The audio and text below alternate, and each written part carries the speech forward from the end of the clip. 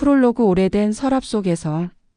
그날 새벽에도 저는 평소처럼 반찬 가게 문을 열 준비를 하고 있었어요. 고춧가루 통을 들고 있는데 택배 기사가 현관 앞에 상자를 두고 갔습니다. 누가 보낸 건지도 모르는 낡은 테이프가 붙어 있는 작은 상자였어요. 이상하게 심장이 쿵 내려앉더라고요. 포장을 뜯으니 오래된 사진 한 장과 USB가 들어 있었습니다. 사진 속에는 젊은 시절의 저와 남편 강도윤, 그리고 아직 아기였던 주원이가 있었어요. 그런데 사진 뒷면에 낯선 글씨가 적혀 있었어요. 숨긴다고 사라지지 않아요. 이제 말할 때가 됐어요. 손끝이 얼어붙는 것 같았어요. 누구의 글씨인지 분명하지 않았지만 저는 단번에 느낄 수 있었어요. 이건 20년 전 우리 가족을 송두리째 흔들어버린 그날과 연결된 거라는 걸요. 저는 USB를 노트북에 꽂았어요. 화면에 오래된 뉴스 클립이 재생됐습니다. 2001년 구 교통사고 음주 의혹으로 수사 난항이라는 자막이 떠 있었어요. 기자가 빠르게 말했지만 제 귀에는 단 한 문장만 크게 울렸습니다. 운전자가 누구였는지 여전히 명확하지 않습니다. 순간 숨이 막혔어요. 저는 알고 있었거든요. 그 밤 비가 억수같이 쏟아지던 그 순간 핸들을 잡았던 사람이 누구였는지. 하지만 평생 입을 닫고 살았어요. 아이들을 지키려면, 가족을 지키려면 그래야만 한다고 믿었어요. 그런데 이제 그 비밀이 스스로 걸어 나와 저를 마주하고 있었어요. 억울했어요. 왜 지금이냐고, 왜 하필 내 아이들이 다 큰 지금에야 이게 터져 나오는 거냐고. 하지만 속으로는 알았어요. 언젠가는 드러날 거라는 걸요. 뒤돌아보니 거실 벽에 걸린 가족 사진 속에서 주원과 가은이 제 얼굴을 똑바로 쳐다보는 것 같았어요. 눈물이 핑 돌았어요. 미안해, 엄마가 너무 오래 숨겼어. 그때였어요. 주원이 방에서 나와 제 노트북 화면을 보고 말았어요.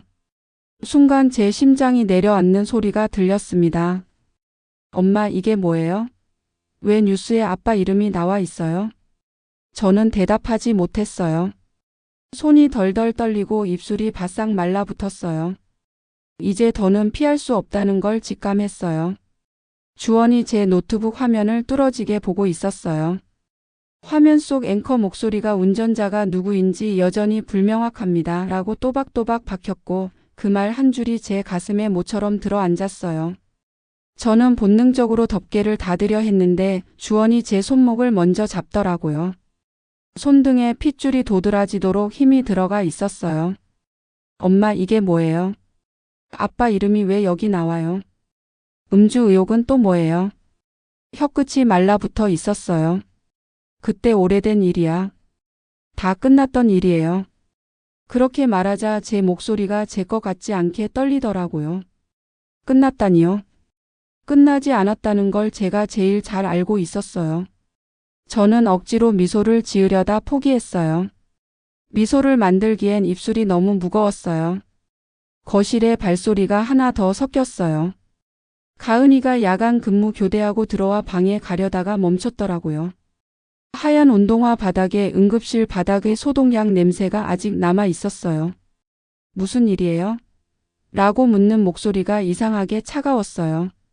가은이는 오래전부터 낌새를 느끼고 있었던 것 같았어요. 제가 모른 척했을 뿐이었죠. 엄마, 말해줘요. 도대체 우리 집에 뭘 숨기고 있었어요? 그 순간 안방 문이 덜컥 열리며 남편 강도윤이 모습을 드러냈어요. 하얗게 센 앞머리가 이마에 내려앉았고 밤새 택시밖 공기를 들이마신 사람 특유의 기름 냄새가 희미하게 났어요. 눈빛이 잠깐 얼어붙다가 제 노트북을 보고는 가볍게 한숨을 내쉬었어요. 또 그게 돌았나 보네. 또라니요? 주원이 바로 물었어요. 남편은 대답을 삼켰고 저는 주원의 손목을 살짝 풀어내며 말했어요. 일단 밥부터 먹자. 이야기할 거면 앉아서 하자. 제 말투가 최대한 평온하기를 바랐지만 제 귀에는 금방이라도 깨질 그릇처럼 불안하게 들렸어요. 식탁 위엔 미지근해진 미역국, 전날 밤 남은 코다리 조림이 있었어요. 가스레인지에 다시 불을 올리며 국을 데우는데 끓어오르는 소리가 이상하게 제 심장 박동과 겹치더라고요. 푹푹 숨이 졸아드는 소리처럼요. 자리로 돌아와 숟가락을 잡았지만 누구 하나 먼저 젓가락을 들지 않았어요. 정적이 국물 위 김처럼 허공에 떠다녔어요. 2001년이었어요.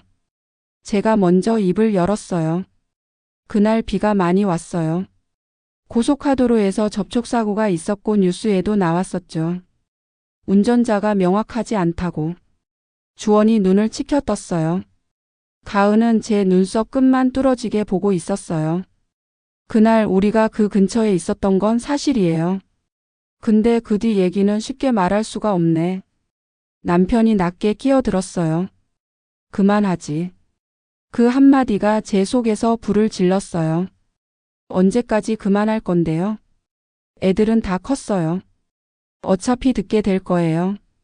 제 목소리가 높아지자 주원이 저를 붙들듯 보았어요.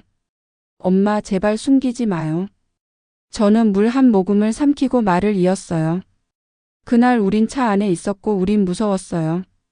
그리고 말이 혀끝에서 걸렸어요. 혀 아래에서부터 오래된 금속 맛이 올라오더라고요. 그때 가은이 컵을 탁 놓으며 말했어요. 엄마, 그날 운전대는 누가 잡았어요? 그 질문 하나가 식탁 위 모든 공기를 갈랐어요. 남편이 자리에서 일어섰어요. 나갔다 올게. 앉아. 제가 남편을 바라보며 단호하게 말했어요. 오늘은 도망 못 가요. 남편의 어깨가 잠깐 무너졌다 다시 세워졌어요. 오래 묵힌 피로가 한눈에 보였어요. 그때 얘기는 다음에 하자. 남편이 말했어요. 아니요. 오늘요. 주원이 고개를 저으며 제 편에 서더라고요. 그 눈빛에서 제가 키운 아이의 단단함이 보였어요. 손바닥이 뜨겁게 데워지는 느낌이 들었어요. 저는 결심했어요. 오늘은 문을 연다. 조금만, 일단 조금만. 그날 우리는 다쳤고 겁에 질렸고 나도 실수했어요. 실수. 그 단어가 식탁 위에 뜨거운 물처럼 엎질러졌어요. 가은의 입술이 하얘졌어요. 엄마의 실수가 우리한테 뭘 가져왔는데요. 가은의 목소리에 알코올솜 냄새 같은 싸늘함이 섞였어요. 저는 말문이 막혔어요. 말은 나왔는데 말이 아니었어요. 주원이 휴대폰을 꺼냈어요. 그럼 서류로 확인해 볼게요.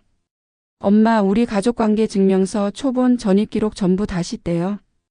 그리고 2001년 그 사고 기사, 당시 수사기록에 정보 공개 청구 넣을게요. 기자 시험을 준비하며 쌓은 습관이 몸에 배어 있었어요. 정확하고 집요했어요. 남편이 씁쓸하게 웃었어요. 너 그걸 왜 하냐? 주원이 맞받았어요. 제가 가족이니까요. 적어도 제가 누군지 우리 가족이 뭔지 알아야 할 권리가 있으니까요. 저는 그 말에 숨이 턱 막혔어요. 내가 누군지. 그 말이 너무 아팠어요. 저는 젓가락을 내려놓고 주원의 눈을 바라봤어요. 엄마가 해줄게. 엄마가 다 떼올게. 주원이 고개를 저었어요. 아니요. 같이 가요. 그리고 엄마가 말하기 전에 기록이 먼저 말하게 둘 거예요. 엄마로서 자존심이 으스러졌어요. 하지만 이제 내가 원하는 방식으로만 지배할 수 없는 시간에 들어섰다는 걸 인정해야 했어요. 그날 오후 주민센터에 갔어요. 유리 칸막이 너머 직원이 마우스를 끄덕이며 기록을 찾았어요. 가족관계 증명서 2통, 기본증명서 2통, 전입세대 열람은 처리까지 시간이 좀 걸릴 수 있어요. 프린터가 지지직 소리를 내며 종이를 뱉어냈어요. 하얀 종이 위 검은 글자들이 너무 또렷해서 오히려 가슴이 아득해졌어요. 주원이 제 손에서 서류를 받아들었어요. 그 손끝이 아주 조금 떨리고 있었어요. 출생신고 1달 늦었네요. 주원이 말했어요. 제가 눈을 감았어요. 그땐 병원비가 모자랐고 정신이 없었어요. 제 말은 사실이었지만 전부는 아니었어요. 그때 가은이 한 장을 뒤집더니 얼굴이 굳었어요. 엄마. 내 출생지, 병원명, 엄마가 늘 말하던 곳이랑 달라요. 서류에는 간호사가 흔히 쓰는 약어가 적혀 있었고 제가 평소 말하던 병원명과 한 글자 달랐어요. 아주 사소하지만 진실이 미끄러지는 틈이었어요. 오래돼서 내가 헷갈렸나 봐요. 제가 더듬거리자 가은이 똑바로 제 눈을 보며 말하더라고요. 엄마, 나 응급실에서 보호자 동의서 받을 때 엄마 서명이 자꾸 지연됐던 거 알아요? 이유가 있었던 거 아니에요? 저는 대답하지 못했어요. 말하려다 삼켰던 말들이 목구멍 안에서 자라 가시처럼 돋았어요. 집으로 돌아오니 문 앞에 작은 봉투가 하나 더 놓여 있었어요. 누렇게 바랜 등기 봉투였는데 보내는 사람 난에 박소정이라는 이름이 적혀 있었어요. 고등학교 동창. 오래 끊긴 이름. 등줄기가 싸늘해졌어요. 손끝으로 봉투를 뜯자 사진 2장과 짧은 메모가 들어 있었어요. 서진아, 이제 그만하자. 그날 내가 뭐라고 했는지 나는 기억해. 아이를 바꾸자고 했잖아. 너 그 말 했었어. 바닥이 통째로 기울어지는 기분이었어요. 손에서 사진이 미끄러졌어요. 사진 속엔 비에 젖은 도로, 구급차 불빛, 그리고 멀리 구석에서 우산을 쓴 2 여자가 실루엣처럼 서 있었어요. 한 명은 분명 저였어요. 다른 한 명은 소정이었어요. 저는 벽을 짚고 주저앉았어요. 주원이 사진을 주워들었고 가은이 메모를 가져갔어요. 아이를 바꾸자. 가은이 제 입모양을 따라했어요. 엄마, 이건 뭐예요? 그건 제 입안이 모래처럼 말라붙었어요. 그건 내 말이 아니었어요. 내가 먼저 한 말이 아니었어요. 하지만 나는 침묵으로 동의했었어요. 그 침묵은 말보다 더 큰 말이었어요. 그때 제 폰이 울렸어요. 모르는 번호. 습관처럼 받았어요. 여보세요? 낮고 또렷한 여성의 목소리가 들렸어요. 윤서진 씨 맞죠? 저는 최다운 기자예요. 오래된 도로 CCTV 원본이 새로 확보됐다는 제보를 받았어요. 2001년 반창공장 앞 사거리 그날 화면 보실래요? 손에서 폰이 미끄러질 뻔했어요. 반창공장. 그 공장은 사장 이태수가 있던 곳이었어요. 나를 도와준 사람 같았고 늘 뒤에서 내 업장을 받쳐준 사람 같았는데 왜 공장 앞 사거리의 원본이 지금 나타난 걸까요? 어디서 보죠? 제가 간신히 물었어요. 오늘 밤 공장 사무실에서요. 사장이 연락 주라고 했어요. 이제는 보여줘도 되겠다고 하더라고요. 통화가 끝나자마자 남편이 저를 보았어요. 그의 눈빛은 지쳐 있었고 체념과 두려움이 같은 색으로 엉켜 있었어요. 가지마. 그가 낮게 말했어요. 이제 와서 뭐가 달라져? 나는 달라져요. 제가 대답했어요. 아이들이 달라져요. 제 목소리는 이번엔 떨리지 않았어요. 2 손을 꽉 쥐니 손바닥에 손톱 자국이 남았어요. 내가 도망치지 않겠다고 오늘만큼은. 밤 공기가 축축했어요. 공장 담벼락은 낮은 조명에 젖은 금속처럼 반짝였고 사무실 창문 너머 노란 불빛이 하나 깜빡이고 있었어요. 문을 열자 기름과 아세톤 냄새가 섞인 공장 특유의 공기가 먼저 들이쳤어요. 이태수 사장이 회의 테이블에 노트북을 올려두고 있었어요. 그는 예전처럼 너그럽지 않은 얼굴이었어요. 왔네. 사장님, 원본이요. 제가 바로 본론을 꺼냈어요. 이태수는 고개를 끄덕이며 재생 버튼을 눌렀어요. 화면 속 비가 유리창을 쓸고 있더라고요. 가로등 빛이 번져 물감처럼 퍼졌고 자동차 라이트가 도로 위로 긴 흰 선을 끌었어요. 카메라 화각 가장자리에서 은색 승용차가 흔들리며 들어왔어요. 제 심장이 식탁 위 그릇처럼 딸깍 소리를 냈어요. 소리도 있어요? 제가 물었어요. 있지. 이태수가 볼륨을 올렸어요. 빗소리, 와이퍼 소리, 그리고 아기의 울음. 저는 가슴을 움켜쥐었어요. 가은이었는지 주원이었는지 그 순간엔 분간이 안 갔어요. 화면 속 조수석과 운전석이 어지럽게 흔들리더니 그림자 하나가 운전대 위로 덮였어요. 손이었어요. 누군가의 손이 마지막 순간 핸들을 당겼어요. 여기까지가 첫 파일이야. 이태수가 일시정지를 눌렀어요. 이 다음 파일은 내일 보여줄게. 저는 벌떡 일어났어요. 왜요? 지금 보여줘요. 이태수는 제 눈을 똑바로 보더라고요. 오늘 밤에 다 보면 너 무너진다. 내일까지 버텨. 내가 두 아이 앞에서 서서 말할 수 있는 얼굴로 와라. 그 말이 얄밉게 들렸어요. 동시에 어쩐지 보호 같기도 했어요. 공장 문을 나서자 비가 다시 굵어지고 있었어요. 우산을 펴는데 우산대가 덜컥 걸려 펴지지 않았어요. 젠장. 제가 작게 욕했어요. 비가 그대로 머리칼을 내려쳤어요. 축축한 공기 속에서 오래전 그날의 타이어 미끄러지는 소리까지 돌아왔어요. 저는 그 자리에 서서 숨을 길게 들이마셨다가 내쉬었어요. 오늘은 여기까지. 내일은 끝까지. 집에 돌아오니 아이들이 소파에 나란히 앉아 있었어요.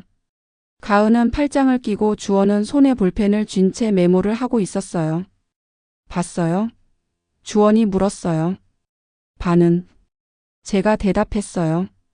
나머지 반은 내일. 가은이 비웃듯 입꼬리를 올렸어요. 진실도 할부가 돼요. 저는 그 말이 아프면서도 이해가 됐어요. 미안해요. 근데 엄마가 무너지기 전에 끝까지 가야 해요. 그 밤 저는 거실 바닥에 앉아 손톱 끝에 남은 간장색을 바라보며 오래 있었어요. 반찬 가게 냄새가 내 피에 밴지 오래였어요. 칼질 리듬으로 하루를 버텼고 끓는 소리로 마음을 눌러왔어요. 그런데 오늘은 아무리 칼을 쥐어도 리듬이 잡히지 않았어요. 내일 핸들을 덮친 그 손이 누구의 손인지 분명히 보게 될 거예요. 저는 두려웠어요. 동시에 묘하게 단단해지고 있었어요. 도망 안 하겠다고 약속했으니까요. 내 아이들 앞에서.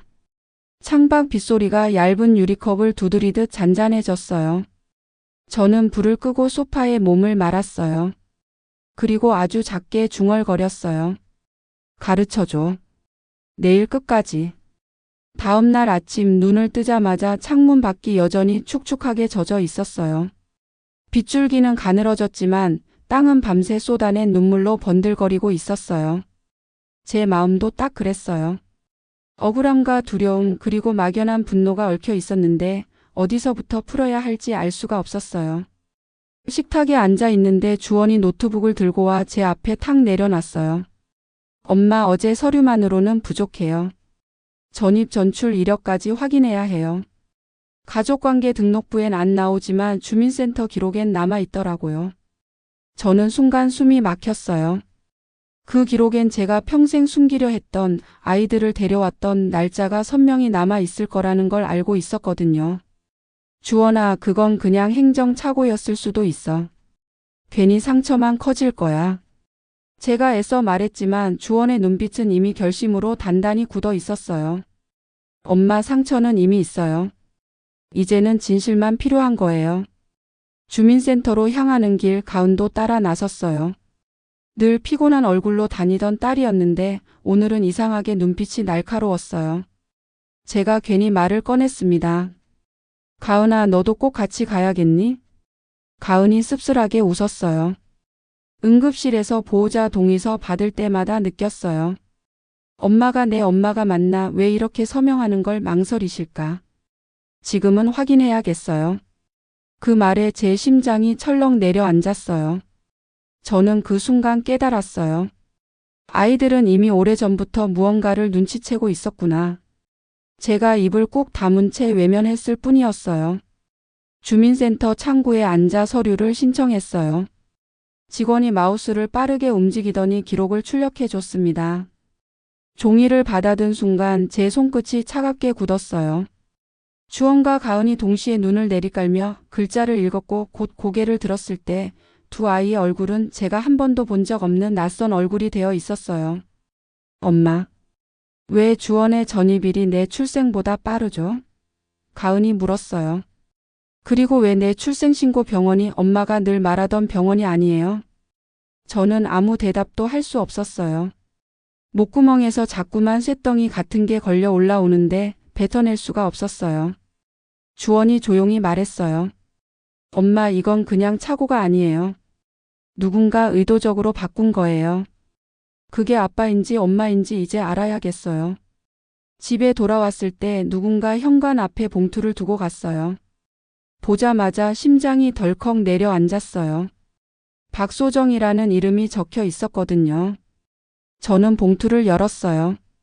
안에는 사진과 메모가 있었어요. 서진아, 너 그날 내게 그랬잖아. 아이를 바꾸자. 내 목소리 난 아직도 생생히 기억해. 사진 속에는 비 오는 도로에서 서 있는 두 여자의 뒷모습이 찍혀 있었어요. 한 명은 저였고 다른 한 명은 소정이었어요. 아이를 바꾸자 엄마 이게 뭐예요? 가은이 제 손에서 메모를 빼앗아 읽고 얼굴이 하얗게 질렸어요. 그건 내가 한 말이 아니었어. 제가 부정했지만 제 목소리는 너무 약했어요. 부정조차 힘없이 흔들렸어요. 주원이 손에 사진을 들고 이를 악물었어요. 엄마 이제 더는 못 믿겠어요. 내일 공장에 같이 가요. 진실이 뭔지 그 영상에서 직접 확인할 거예요. 밤이 되자 박소정이 직접 집 앞에 찾아왔어요. 우비를 걸친 채였는데 빗물이 얼굴에 흘러내리고 있었어요. 그녀는 저를 보자마자 쓴 웃음을 지었어요. 서진아, 내가 아직도 모르쇠할 거라고는 생각 안 했어. 소정아, 제발 그 얘기 꺼내지 마. 너도 알잖아, 그날은. 내가 말했잖아. 아이를 바꾸자. 난 그때 널 말리려고 했어. 근데 넌 고개를 숙이고 있었지. 그녀의 목소리는 제 귓속을 파고드는 송곳 같았어요. 저는 온몸이 떨리며 대답했어요. 아니야, 내가 먼저 한 말이 아니었어. 누군가가 그러나 끝내 말은 삼켜졌어요. 소정은 고개를 저으며 돌아섰어요. 내가 어떤 이유로든 입 다물고 살아왔다는 거, 그게 널 더 죄인으로 만들 거야. 그녀의 발소리가 계단 아래로 사라질 때 제 눈물이 주체할 수 없이 흘러내렸어요. 그날 밤 반찬가게 주방에 앉아 칼을 잡았지만 도마 위 무가 제대로 썰리지 않았어요. 손끝에 힘이 빠져 자꾸만 칼이 미끄러졌어요. 아이를 바꾸자라는 네 글자가 도마 위에 새겨지는 것처럼 계속 보였어요. 저는 그제야 깨달았어요. 이제 내 비밀은 나 혼자 붙잡고 있을 수 있는 게 아니구나. 내 아이들이, 내 친구가, 내 남편이 모두 얽혀있는 매듭이구나. 이 매듭을 풀지 않으면 우리 가족은 영영 부서지고 말 거예요. 밤이 깊었는데도 저는 잠을 잘 수가 없었어요. 소정의 말이 귓가에서 맴돌았어요. 내가 그랬잖아, 아이를 바꾸자고. 억울했어요. 그 말은 제 입에서 먼저 나온 게 아니었어요. 하지만 제가 침묵했던 건 사실이었어요. 그 침묵이 마치 동이처럼 남아버린 거예요. 저는 억울해서, 화가 나서, 그리고 두려워서 베개를 두드리며 울었어요. 다음 날 공장 사무실로 다시 향했어요. 전날 보지 못한 영상의 나머지를 꼭 확인해야 했어요. 비는 멎었지만 도로 위는 여전히 젖어 있었고 제 발걸음은 자꾸만 무거워졌어요. 사무실 안에서 이태수가 노트북을 켜고 기다리고 있었어요. 그의 표정은 복잡했어요. 미안함, 두려움, 그리고 알 수 없는 계산이 섞여 있었어요. 준비됐어? 그가 묻자 저는 고개를 끄덕였어요. 화면이 켜지고 전날 보던 장면이 이어졌어요. 차 안이 흔들리고 아기의 울음소리가 점점 커지고 있었어요. 그리고 운전석 쪽에서 남편의 목소리가 들렸어요. 서진아, 나 못하겠어. 눈이 안 보여. 그 말과 함께 화면 속에서 조수석 쪽 그림자가 확 움직였어요. 운전대 위로 다시 손이 올라왔어요. 영상은 흔들리며 끝났지만 분명 누군가 마지막 순간 핸들을 붙잡았어요. 심장이 철렁 내려앉았어요. 그 손이 누구의 손인지 제 눈은 분명히 알고 있었어요. 그런데 제 입은 굳어버렸어요. 봤지? 이태수가 조용히 말했어요. 내가 말 안 하면 언젠간 다른 사람이 말할 거야. 저는 대답하지 못했어요. 눈물이 쏟아지려는 걸 참느라 입술을 세게 깨물었어요. 집에 돌아오니 거실에 주원과 가은이 앉아 있었어요. 이미 모든 걸 알고 싶다는 얼굴이었어요. 저는 코트를 벗을 틈도 없이 앉았어요. 엄마 말해줘요. 주원이 단도직입적으로 말했어요. 엄마 어제 본 거 다 얘기해요. 이제 숨기면 더는 못 참아요. 가은도 목소리를 높였어요. 저는 애써 미소를 지어보려 했지만 제 얼굴은 무너져 내리고 있었어요. 그날은 비가 너무 많이 왔어요. 사고가 나고 차가 흔들리고 아기가 울고 우리가 다 같이 무너질 것 같았어요. 엄마, 대체 누가 운전한 거예요? 주원이 소리쳤어요. 왜 우리 출생 기록이 다 틀려 있어요? 가은이 눈물이 고인 채 물었어요. 저는 두 아이를 번갈아 보며 손을 움켜쥐었어요. 너희를 지키려고 했어요. 그때는 그게 최선이라고 생각했어요. 지켜요? 우릴 속인 게 지킨 거예요? 가은의 목소리가 갈라졌어요. 엄마, 내가 누구인지 우리가 어떤 가족인지조차 숨긴 게 보호예요. 주원이 주먹을 꽉 쥐었어요. 그 순간 억울함이 폭발했어요. 그럼 내가 뭘 했어야 했는데? 내 아빠 감옥 가는 걸 보고만 있었어야 했니? 너희 둘을 한순간에 고아로 만들었어야 했냐고. 제 목소리가 거실을 가득 메웠어요. 아이들이 순간 놀란 듯 눈을 크게 떴지만 곧 고개를 숙였어요. 그 눈빛엔 원망과 슬픔이 동시에 담겨 있었어요. 남편 강도윤은 방에서 나오지도 않았어요. 소란을 다 듣고도 그냥 담배 연기만 내뿜고 있었을 거예요. 그 무책임한 침묵이 저를 더 미치게 만들었어요. 당신도 나와서 얘기해요. 제가 문을 두드리며 소리쳤어요. 하지만 안에서는 아무 소리도 없었어요. 결국 저는 문을 걷어차고 말했어요.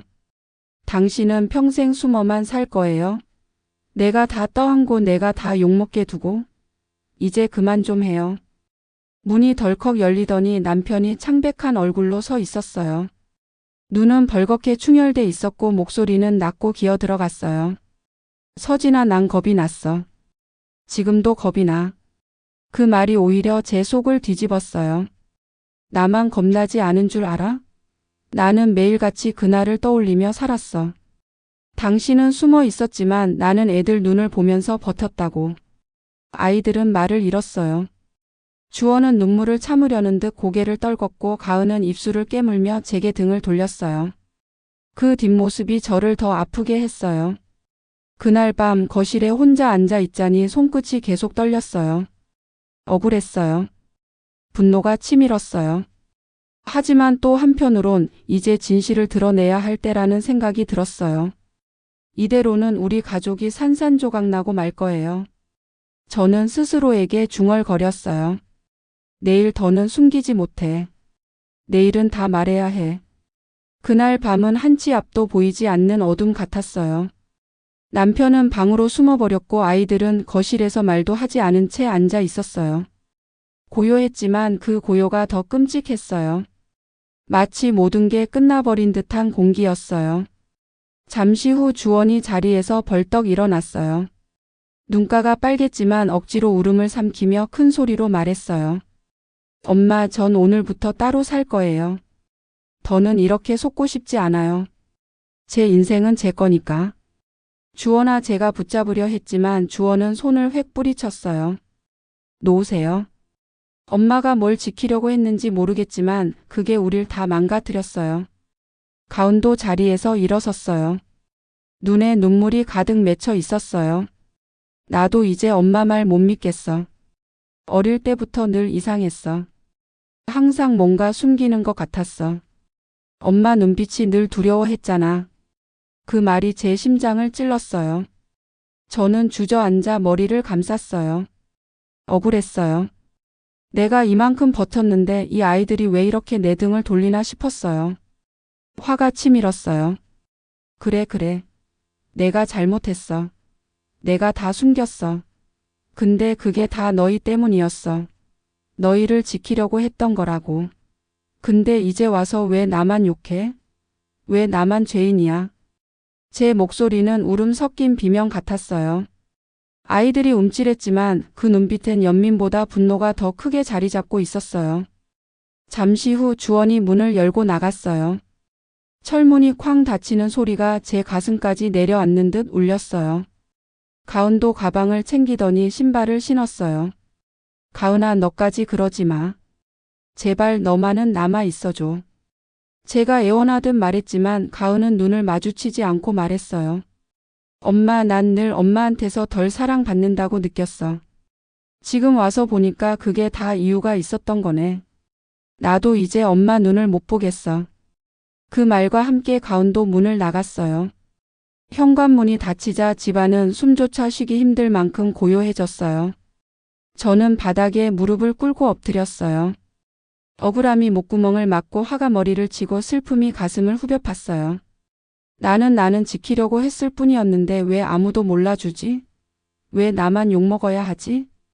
그날 밤 저는 주방에 앉아 칼을 도마 위에 올려두었어요. 손에 힘이 하나도 없어서 칼이 자꾸 기울었어요. 무 하나를 썰면서도 눈물이 줄줄 흘러내렸어요. 도마 위에 물인지 눈물인지 알 수 없는 게 고여 있었어요.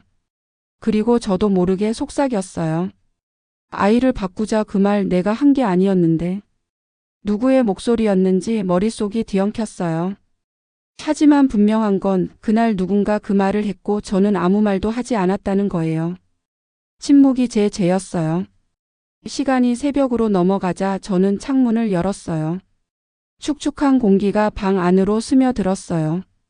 멀리서 새벽 첫차 소리가 들려왔어요. 사람들은 저렇게 평범하게 하루를 시작하는데 나는 왜 이렇게 바닥에 무너져 있는 걸까? 그 순간 문득 생각났어요. 내일 공장에서 보여줄 마지막 영상이 있다는 걸. 그 영상만 보면 모든 게 드러날 거예요. 진짜로 그날 무슨 일이 있었는지, 누가 핸들을 잡았는지, 누가 그 말을 했는지. 저는 눈을 감고 이를 악물었어요. 그래. 끝까지 보자. 그리고 애들 앞에서 다 말하자. 숨는 건 이제 끝이야. 주원과 가은이 집을 나간 다음 날 집안은 텅 빈 창고처럼 느껴졌어요. 소파 위에 던져진 담요, 식탁 위에 반쯤 남은 국그릇, 가은이 자주 입던 흰 가디건이 의자에 걸쳐져 있었는데 그 모든 게 더 이상 제 것이 아닌 것 같았어요. 저는 주방에 앉아 있었어요. 칼을 잡았지만 물을 반토막 내지도 못했어요. 손끝이 떨려서 칼날이 도마 위에서 계속 빗나갔어요. 그 소리가 제 심장 박동처럼 불규칙하게 울렸어요. 그때 휴대폰이 울렸어요. 발신자는 주원이었어요. 순간 가슴이 철렁 내려앉았어요. 통화 버튼을 누르자 주원의 목소리가 낮고 차갑게 흘러나왔어요. 엄마, 저 지금 고시원이에요. 당분간 안 들어갈 거예요. 주원아, 제발. 엄마, 어제 서류 복사해서 변호사한테 보여줬어요. 아빠 전입일 제 출생신고 시점 가은이 병원 기록 다 이상하대요. 이건 단순한 착오가 아니라 누군가 의도적으로 맞춘 거예요. 저는 말을 잃었어요.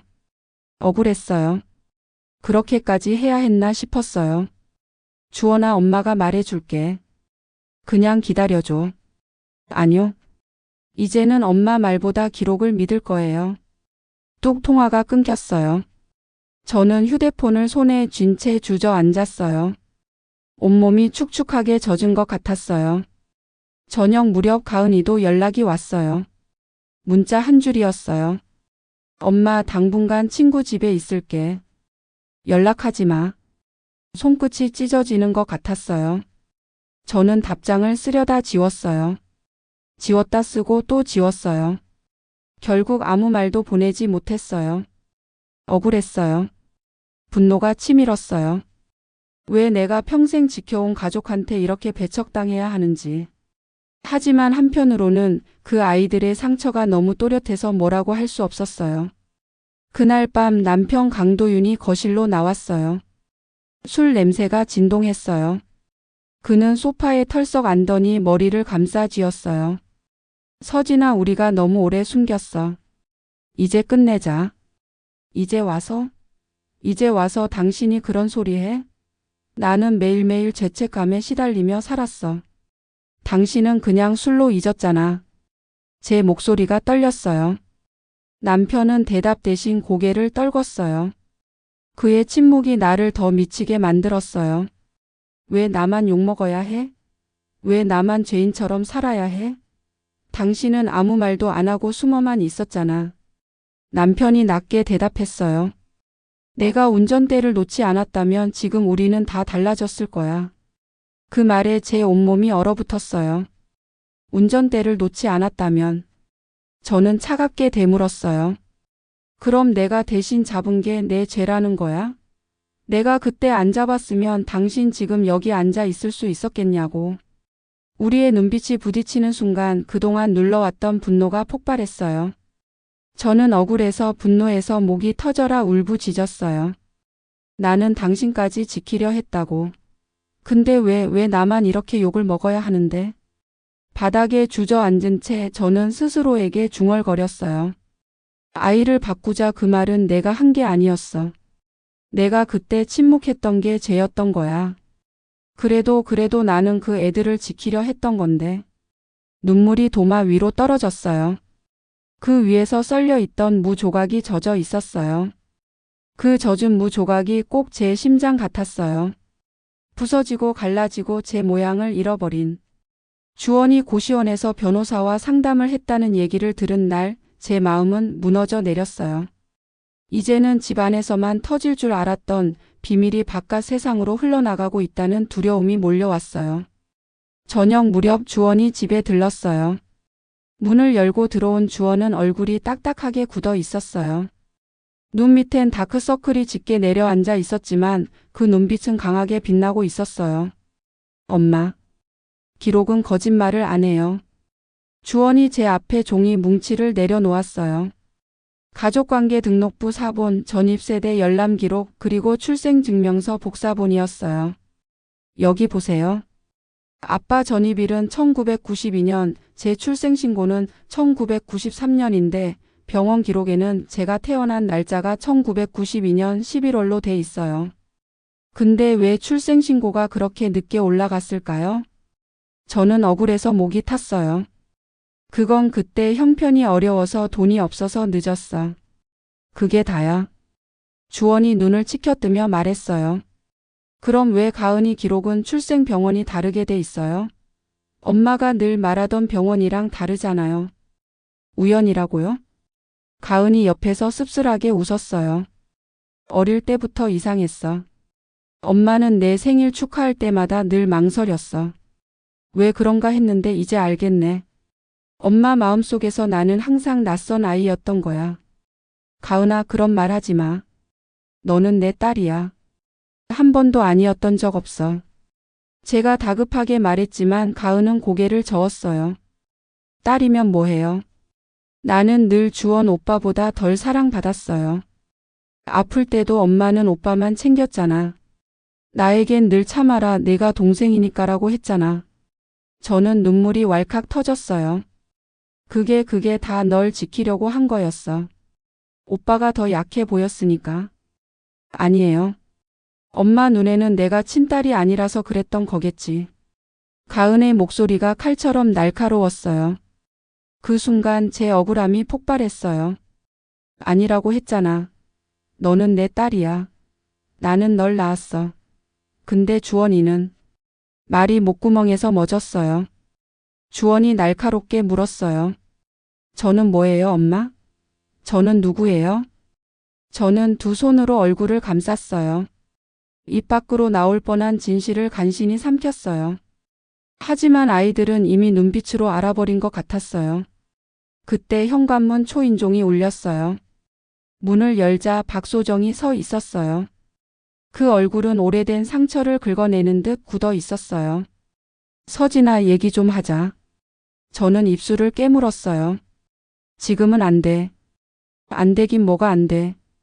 내가 무슨 짓을 했는지 이 아이들도 다 알아야지. 소정은 신발도 벗지 않고 거실로 들어왔어요. 주원과 가은이 그를 낯설게 바라봤어요. 소정은 두 아이를 번갈아 보며 말했어요. 너희 엄마가 그날 내게 말했어. 아이를 바꾸자고. 나는 그 자리에서 말렸어. 근데 내 엄마는 침묵했지. 그 침묵이 더 무서웠어. 가은이 숨을 삼키며 제 얼굴을 보았어요. 주원은 주먹을 꽉 쥐었어요. 엄마, 이게 사실이에요? 저는 고개를 저었어요. 아니야, 내가 먼저 한 말이 아니야. 그 말은 하지만 제 목소리는 떨려서 힘이 없었어요. 소정은 냉정하게 웃었어요. 누가 먼저 했든 내가 부정하지 않았다는 게 문제였지. 그날 이후 너는 죄책감에 묶였고 이 아이들은 진실을 모르고 컸어. 그게 더 잔인한 거야. 저는 억울해서 눈물이 솟구쳤어요. 나는 그때 너무 무서워서 아무 말도 못했어. 그게 죄라면 내가 죄인이야. 근데 나만 욕하지 마. 나 혼자만의 일이 아니었어. 제 목소리가 떨리며 터져 나왔지만 주원과 가은의 눈빛은 이미 얼어붙어 있었어요. 소정이 돌아간 뒤 집안은 다시 정적에 휩싸였어요. 가은은 눈물을 닦으며 방으로 들어갔고 주원은 침묵으로 일관하다가 결국 문을 박차고 나갔어요. 저는 주방 바닥에 무너져 주저앉았어요. 억울했어요. 분노했어요. 동시에 너무 외로웠어요. 나는 지키려고 했을 뿐인데 왜 이렇게 다들 날 몰아붙이는 거야? 왜 내가 무슨 괴물이라도 된 것처럼. 손등으로 눈물을 닦는데 그 순간 머릿속에 오래된 장면이 번쩍 스쳐갔어요. 2001년 그날 밤 비가 억수같이 쏟아지던 도로. 그리고 누군가의 목소리. 아이를 바꾸자. 그게 누구였는지 저는 여전히 선명하게 말할 수 없었어요. 하지만 분명한 건 제 침묵이 모든 걸 망쳤다는 거였어요. 밤새 잠을 이루지 못했어요. 눈만 감으면 주원이가 던진 질문이 메아리처럼 울렸어요. 저는 뭐예요, 엄마? 저는 누구예요? 그 말이 제 가슴을 찢어 놓았어요. 억울했어요. 내가 얼마나 애써 키웠는데 어떻게 나한테 그런 말을 할 수 있냐는 분노가 치밀었어요. 그런데 또 한편으로는 그 아이가 평생 느꼈을 혼란을 생각하니 미안함이 파도처럼 밀려왔어요. 다음 날 아침 주원은 집에 들어오자마자 저를 정면으로 마주했어요. 눈빛이 흔들림 없이 단단했어요. 엄마 대답해 주세요. 저는 누구예요? 아빠, 엄마, 자식 맞아요? 아니면 다른 거예요? 저는 손끝이 떨려 컵을 제대로 잡지도 못했어요. 결국 컵이 바닥에 떨어져 산산조각 났어요. 깨진 조각을 주워 들다 손이 베었는데도 아프다는 소리조차 나오지 않았어요. 주원아, 너는 우리 아들이야. 내 아들이고 내 전부야. 그게 전부야. 제가 애써 목소리를 높였지만 주원은 고개를 저었어요. 그럼 왜 기록이 달라요? 왜 출생신고가 늦었고 왜 다른 병원 이름이 나와 있어요? 엄마가 직접 말하지 않으면 저는 끝까지 파헤칠 거예요. 진실을 아는 게 무섭다고 해도 이제는 거기서 도망치고 싶지 않아요. 그의 눈빛에 분노와 서러움이 동시에 얽혀 있었어요. 그때 가은이 방에서 나왔어요. 얼굴은 부은 채였고 눈가엔 밤새 울었던 흔적이 남아 있었어요. 오빠 무슨 얘기해? 가은아, 너도 들어야 돼. 주원이 제 쪽을 손가락으로 가리켰어요. 엄마가 우리한테 평생 뭘 숨겼는지 오늘 다 털어놓게 해야 돼. 가은은 잠시 제 얼굴을 보더니 눈을 내리깔았어요. 그리고 아주 낮게 말했어요. 난 이미 알 것 같아. 어릴 때부터 느꼈어. 엄마 눈에는 내가 항상 덤처럼 보였어. 오빠만 소중하고 나는 그냥 따라붙는 존재 같았어. 가은아, 그건 아니야. 제가 다급히 말했어요.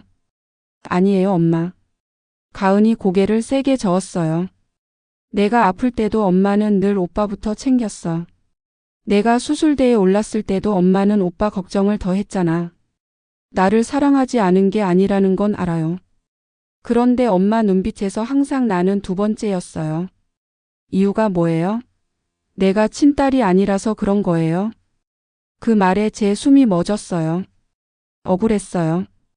그게 진심이 아니었는데. 하지만 제가 변명하는 순간 더 깊은 상처만 남길 것 같았어요. 가은아, 너는 내 딸이야. 내가 직접 낳았어. 한 번도 아니었던 적 없어. 그러면 오빠는 뭐예요? 왜 오빠 기록이 그렇게 이상해요? 주원이 다시 묻자 제 목구멍이 막혔어요. 말이 나오려다 또 삼켜졌어요. 두 아이가 동시에 제게 등을 돌리는 순간 그 등이 벽처럼 느껴졌어요. 남편 강도윤이 방에서 나왔어요. 얼굴은 술기운에 붉게 물들어 있었고 눈은 풀려 있었어요. 그만해라. 지금 말한다고 뭐가 달라지냐. 그 말이 제 속을 또다시 뒤집었어요. 당신은 왜 맨날 그 말만 해? 그만해라. 지금 말해도 소용없다. 당신이 그렇게 숨어버리니까 내가 다 떠안아야 했던 거잖아. 주원이 아버지를 똑바로 쳐다봤어요. 아빠, 그날 사고 때 뭐 했어요? 운전한 게 아빠 맞아요? 도윤은 입술을 깨물며 고개를 떨궜어요. 주원이 소리쳤어요. 왜 대답을 못해요? 왜 늘 엄마만 앞에 세우고 아빠는 뒤에 숨는 거예요? 가은도 눈물을 터뜨리며 외쳤어요. 아빠는 언제나 술만 마셨잖아. 엄마 혼자 우리 다 키웠어. 근데 왜 지금도 아무 말도 안 해? 남편은 얼굴을 감싸진 채 웅크려 앉았어요. 침묵. 그 침묵이 제 속을 더 부수고 있었어요. 저는 소리쳤어요. 대답해. 당신이 운전한 거야, 내가 운전한 거야. 이제 애들 앞에서 말하라고. 하지만 남편은 끝내 대답하지 않았어요. 저는 손을 떨며 아이들을 바라봤어요. 너희가 원하는 게 진실이라면 곧 알게 될 거야. 공장 영상에 다 찍혀 있어. 마지막 파일이 남아 있어. 그걸 보면 다 드러나. 그럼 너희가 정말 원하는 답을 얻게 될 거야. 주원과 가은은 아무 말도 하지 않았어요. 둘 다 고개를 떨군 채 방으로 들어갔어요. 그 문이 닫히는 소리가 제 귓가에서 오래 울렸어요. 저는 거실에 혼자 남아 중얼거렸어요. 나는 지키려고 했는데 왜 이렇게 다 무너져 버린 걸까? 왜 나만 죄인이 돼야 하지? 눈물이 줄줄 흘러내렸지만 멈출 수가 없었어요. 며칠 뒤 저는 떨리는 손으로 공장 문을 열었어요. 기름 냄새가 코끝을 찔렀고 철제문이 덜컥 닫히자 안쪽 공기가 더 무겁게 내려앉았어요. 이태수 사장은 제 얼굴을 보자마자 한숨을 내쉬었어요. 서진 씨, 오늘은 끝까지 봐야겠지? 네. 이제는 도망 안 갈 거예요. 노트북 화면이 켜졌어요. 빗소리, 와이퍼가 낄거리는 소리, 아기 울음이 다시 귓가에 맴돌았어요. 그 순간만 오면 제 심장이 쪼개지는 것 같았어요. 화면 속에서 차가 요동치더니 운전석과 조수석이 어지럽게 흔들렸어요. 그리고 한순간 그림자 하나가 운전대 위로 확 덮쳤어요. 손이었어요. 분명 누군가의 손이 핸들을 붙잡았어요. 이태수가 정지 버튼을 눌렀어요. 이 손 누구 것 같아? 저는 말을 잃었어요. 화면 속 그림자는 흐릿했지만 손목에 있는 작은 점이 제 눈에 들어왔어요. 그 점은 제 왼손에도 있었어요. 아니야, 그럴 리 없어. 제 입술이 떨렸어요. 이태수는 조용히 말했어요. 서진 씨, 사실을 마주해야 해. 내가 지키려던 게 뭔지 이제는 아이들한테 직접 말해야지. 저는 노트북 화면을 밀쳐내듯 덮어버렸어요. 숨이 막혀서 가슴이 터질 것 같았어요. 내가 잡았다고? 내가 그때 핸들을? 억울했어요. 왜 그 순간의 기억이 이렇게 흐릿한지, 왜 진실이 이렇게 늦게 드러나는지. 분노와 혼란이 동시에 폭발했어요. 집으로 돌아오니 주원과 가은이 거실에서 기다리고 있었어요. 두 아이의 얼굴은 굳어 있었고 눈빛은 이미 결론을 내려버린 듯 냉정했어요. 엄마, 오늘 영상 봤어요? 주원이 물었어요. 저는 대답하지 못했어요. 입술이 굳어붙어 있었어요. 가은이 제 눈을 똑바로 보며 말했어요. 엄마, 이제 숨기지 마. 핸들 잡은 사람이 누구예요? 아빠예요, 엄마예요? 저는 바닥을 보며 겨우 입을 열었어요. 내 손 같았어. 근데 난 기억이 흐려. 너무 무서워서. 그날 이후 난 계속 그 순간을 밀어내며 살았어. 주원이 비웃듯 웃었어요.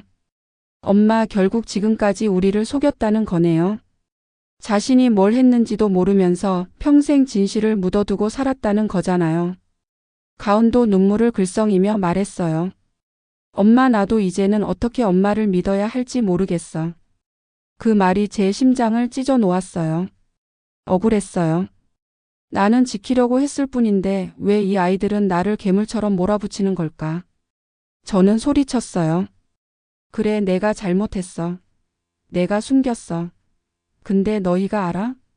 그때 내가 침묵하지 않았다면 너희는 고아가 됐을 거야. 내 아빠 감옥 갔을 거라고. 그게 너희가 원했던 삶이야? 제 목소리가 울부짖음으로 터져 나왔어요. 거실 공기가 찢겨 나가는 것 같았어요. 주원은 고개를 저었어요. 아니요. 우리가 원했던 건 엄마가 우리를 믿고 진실을 말해주는 거였어요. 엄마는 끝까지 숨겼잖아요. 그게 더 잔인했어요. 그날 밤 두 아이는 다시 집을 나갔어요. 문이 닫히는 소리가 내리를 때렸어요. 저는 거실에 무너져 울었어요. 억울했어요. 억울해서 손톱으로 바닥을 긁으며 울부짖었어요. 나는 지키려 했어. 나는 살리려 했어. 그런데 왜 이렇게 됐어. 눈물이 바닥을 적셨고 제 손끝은 피가 날 정도로 긁혀 있었어요. 그리고 그 순간 저는 결심했어요. 그래. 이젠 더는 숨기지 말자. 다 말하자. 내가 죄인이라면 죄인이라고 할 거야. 하지만 그날 내가 왜 그랬는지는 반드시 말할 거야. 아이들이 집을 떠난 뒤 집안은 무너진 폐허 같았어요. 거실 소파에는 아직도 가은의 담요가 남아 있었고 식탁에는 주원이 남긴 볼펜이 굴러다니고 있었어요. 그런데도 그 물건들이 이제는 내 것이 아닌 것처럼 멀게 느껴졌어요. 저는 도마 앞에 서서 멍하니 물을 썰고 있었어요. 칼날이 도마에 닿는 소리가 공허하게 울렸어요. 그런데 어느 순간 눈앞이 흐려지고 손이 멈췄어요. 기억이 쏟아져 들어오기 시작했어요. 과거 회상 2001년 사고가 있던 해. 그날도 비가 억수같이 쏟아지고 있었어요. 남편 강도윤은 술 냄새를 풍기며 운전대를 잡고 있었고 저는 조수석에 앉고 있던 아기를 달래느라 정신이 없었어요. 아기는 젖은 공기 때문에 자꾸 울었고 저는 손끝으로 등을 두드리며 간신히 달래고 있었어요. 차는 자꾸 휘청거렸어요. 저는 겁이 나서 소리쳤어요. 당신 제발 천천히 가. 제발 멈춰. 하지만 도윤은 눈이 풀려 있었어요. 괜찮아, 나 할 수 있어. 그 순간 눈앞이 번쩍이더니 차가 미끄러졌어요. 심장이 멎는 줄 알았어요. 그리고 제 손이 본능적으로 운전대로 향했어요. 화면 속에서 봤던 그 손. 그게 내 손이었구나.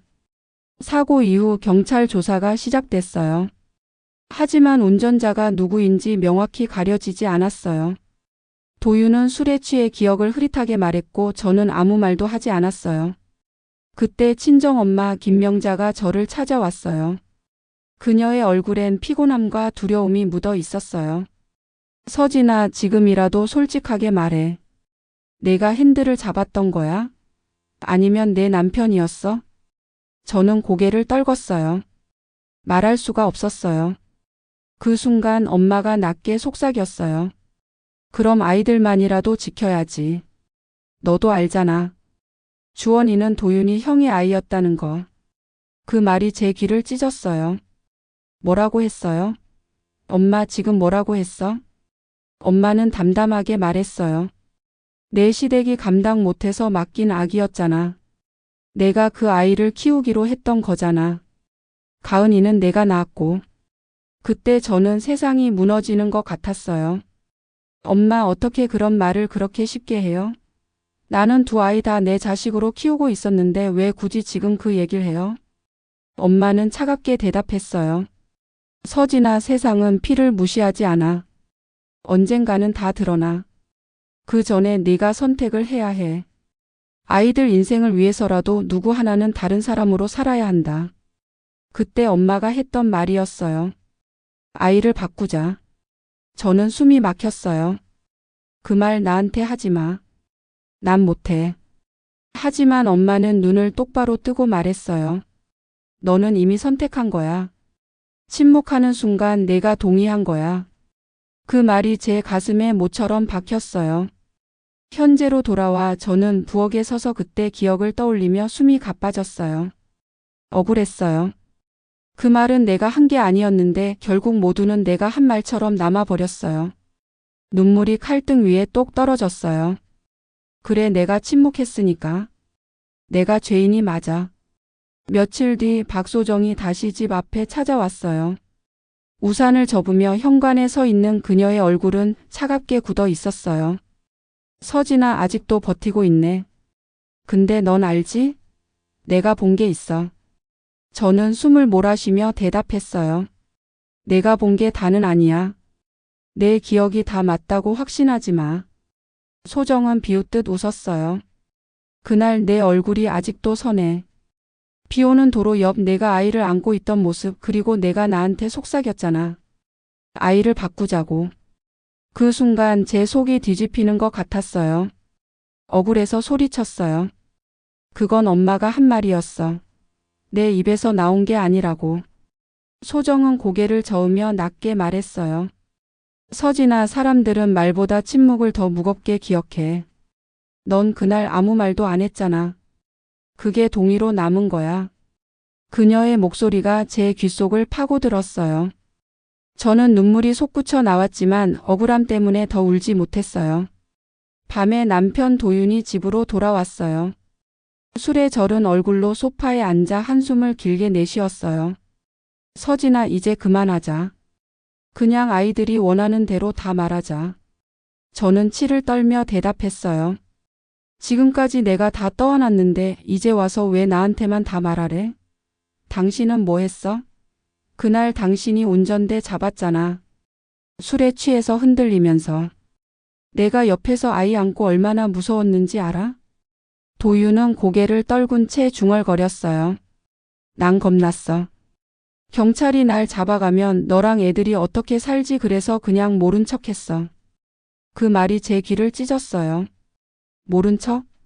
당신이 모른 척하는 동안 내가 뭐가 됐는지 알아? 난 매일 애들 눈을 보면서 거짓말했어. 난 감옥살이보다 더 무거운 형벌을 받은 거라고. 저는 분노로 몸이 떨렸어요. 억울해서 분해서 목이 타들어가는 것 같았어요. 그때 현관문이 열리며 주원과 가은이 들어왔어요. 둘 다 표정이 굳어 있었어요. 주원이 낮게 말했어요. 엄마, 아빠 이제는 끝내요. 어제 변호사랑 얘기했는데 법적으로도 이건 큰일이에요. 출생신고가 어긋난 건 명백한 위법이고 당시 사고 기록도 다시 조사하면 문제될 수 있어요. 가은도 고개를 끄덕였어요. 엄마, 난 이제 덜 사랑받은 이유가 뭔지 알아야겠어. 엄마 눈빛이 늘 나를 피하던 이유가 그게 다 이 비밀 때문이었던 거죠? 저는 두 아이를 번갈아 보며 숨을 몰아쉬었어요. 목이 꽉 조여와서 말이 잘 나오지 않았어요. 그게 다 너희를 지키려고 했던 거야. 나는 너희 둘 다 잃고 싶지 않았어. 그래서 주원이 소리쳤어요. 그게 보호예요? 우리한테 거짓말하고 진실을 감춘 게 보호라고요. 가은도 눈물을 흘리며 외쳤어요. 엄마, 난 그 거짓 때문에 평생 상처 입고 살았어. 내가 덜 사랑받은 게 다 착각이 아니었다는 거잖아. 저는 두 손으로 머리를 감싸 쥐었어요. 억울했어요. 나는 정말 너희를 지키고 싶었어. 그때 내가 침묵하지 않았으면 우리 가족은 다 무너졌어. 너희 아빠는 감옥 갔을 거고 너희는 흩어졌을 거야. 나는 그게 더 두려웠어.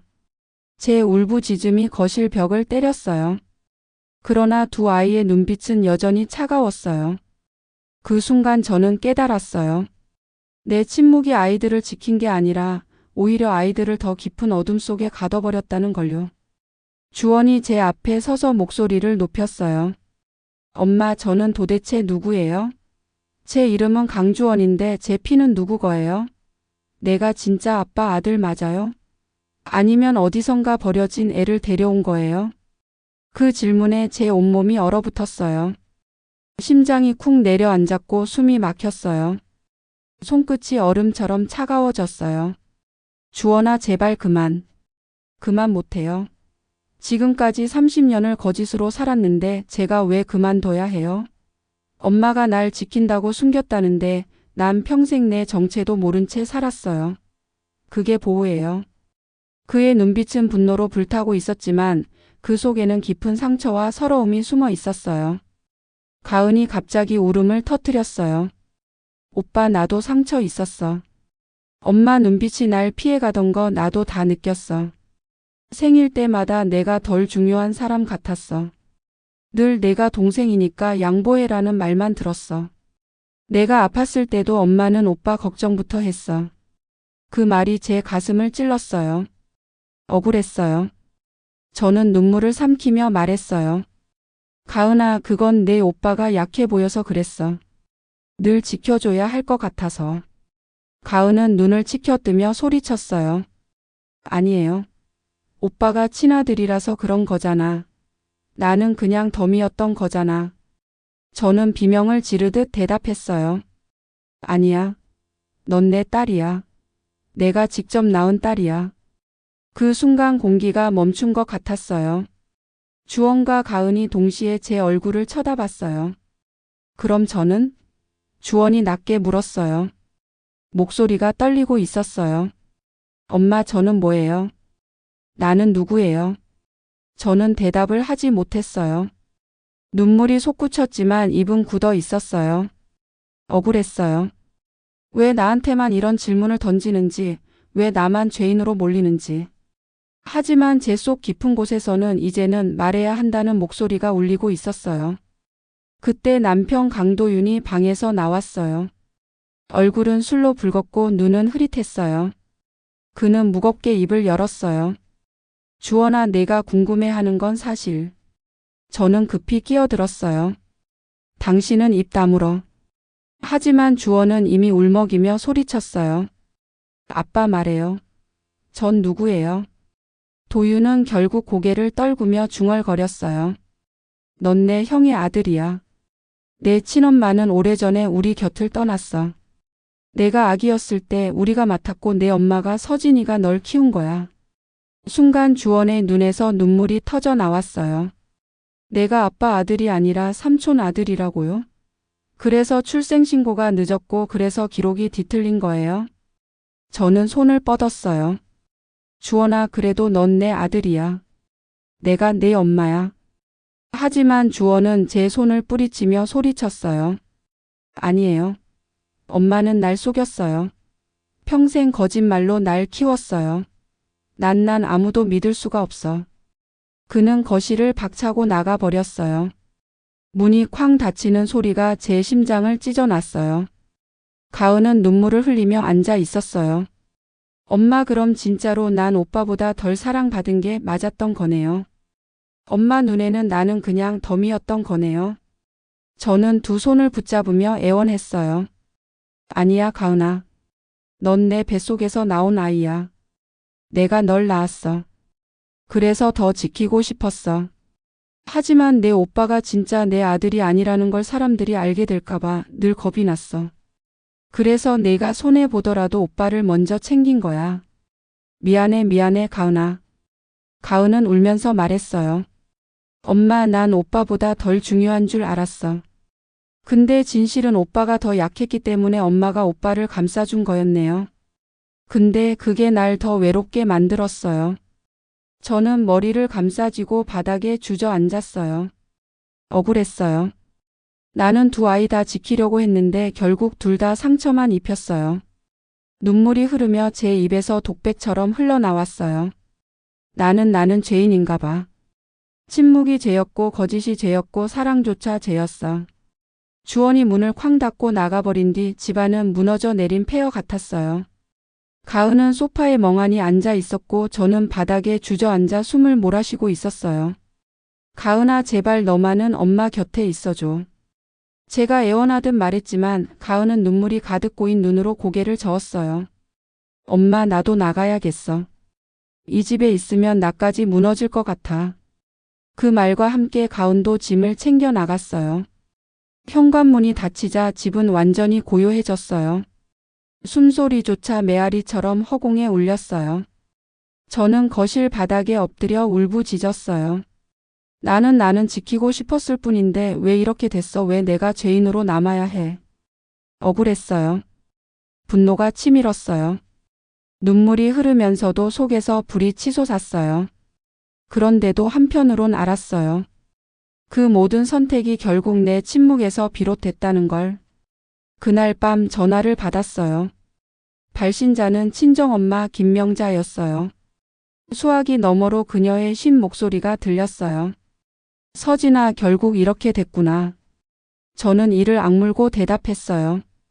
엄마, 왜 그때 그런 말을 했어? 왜 아이를 바꾸자고 했냐고.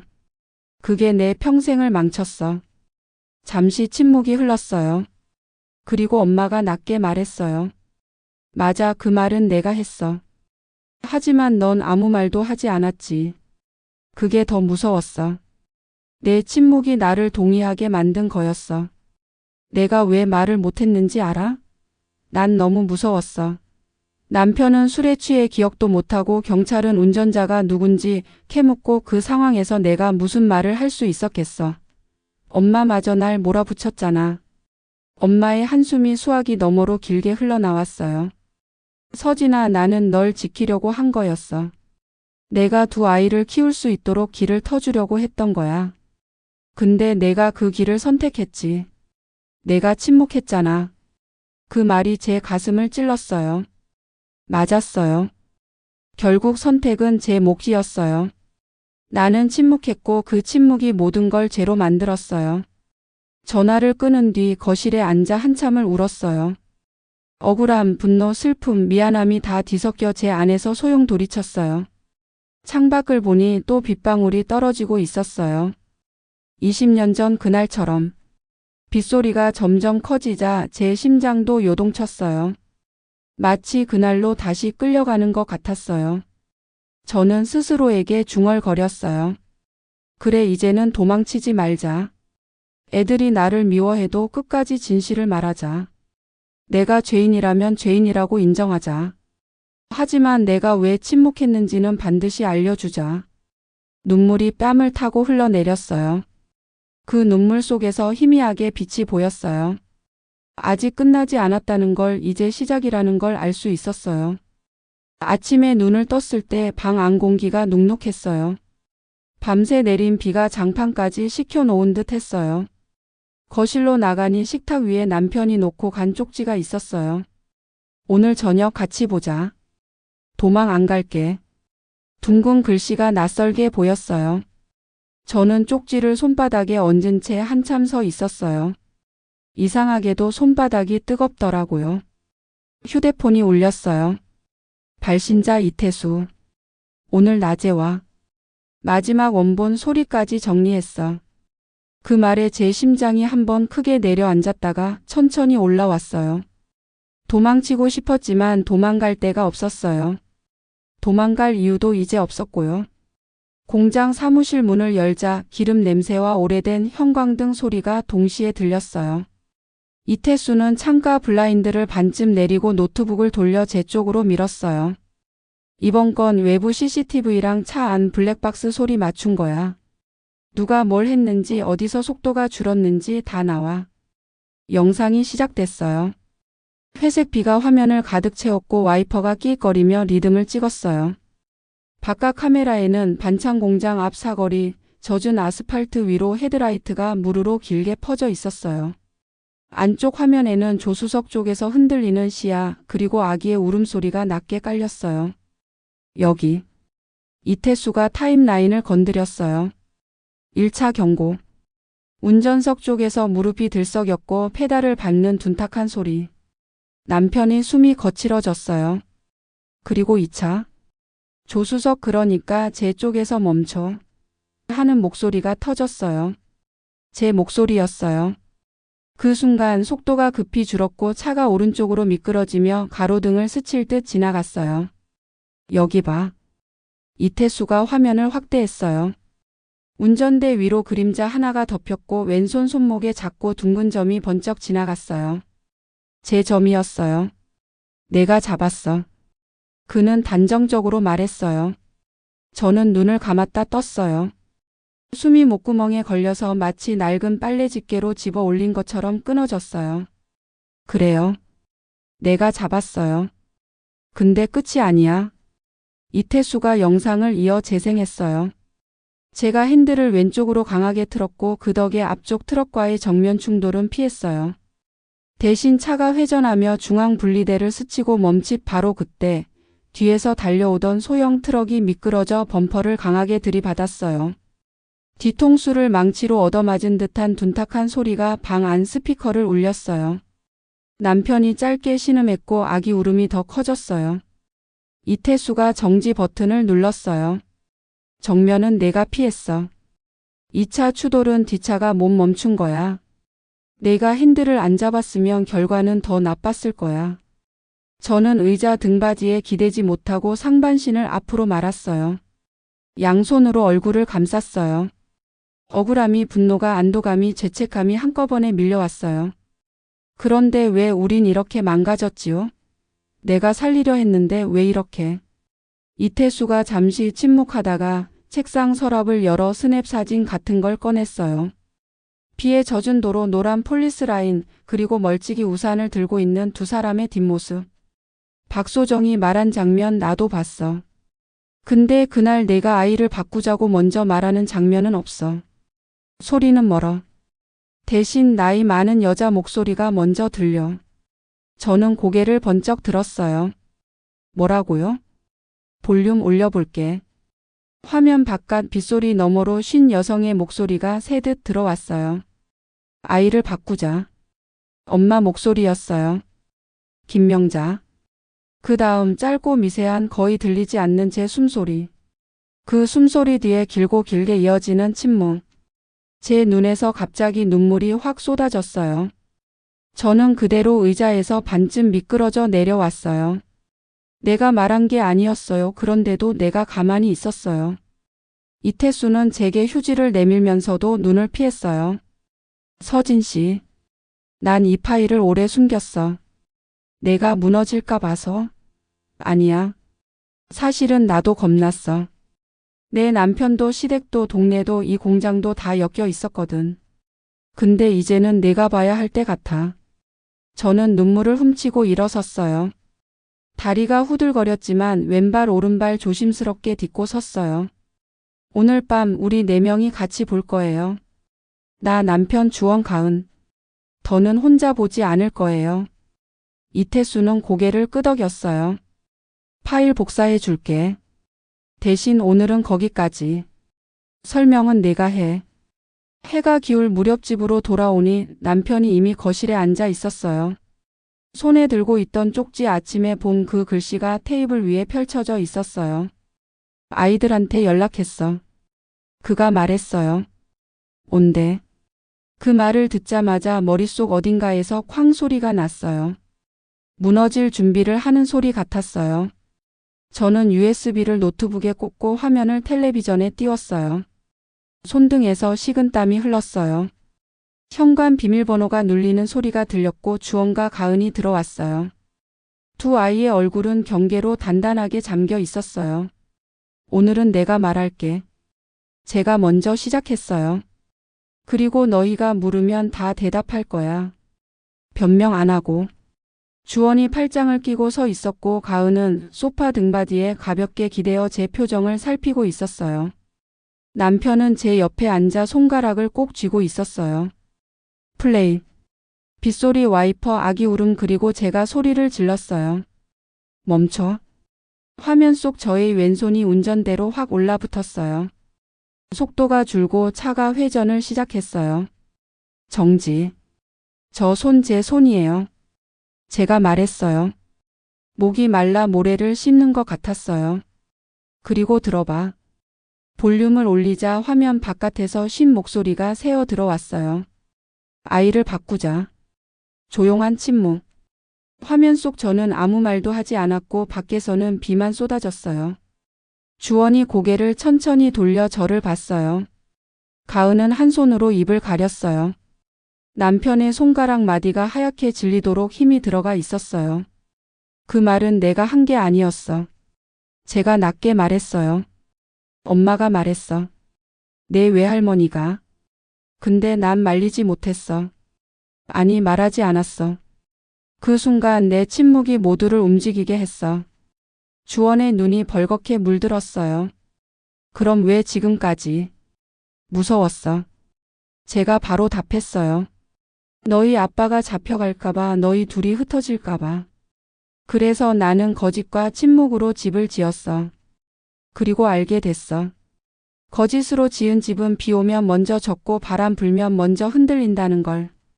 가은이 떨리는 목소리로 물었어요. 엄마, 그럼 오빠는?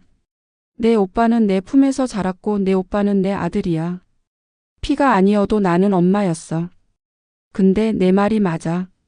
나는 더 약해 보이는 쪽을 먼저 감쌌고 그게 너에겐 칼이 됐어. 미안해. 변명 안 할게. 미안했어요. 제 입에서 미안했어요가 흘러나오자 마치 오래 묶어둔 밧줄 하나가 툭 하고 끊어지는 소리가 들리는 듯 했어요. 주원이 낮게 떨며 말했어요. 저는 엄마가 제 엄마인 줄 믿고 싶어요. 근데 너무 화가 나요. 너무. 화내도 돼. 제가 끊지 않고 말했어요. 미워해도 돼. 다만 오늘은 끝까지 듣자. 내가 어떻게 죄를 지었고 어떻게 너희를 망쳤는지. 그리고 그럼에도 불구하고 내가 무엇을 지키려 했는지. 남편이 그때 조용히 손을 들었어요.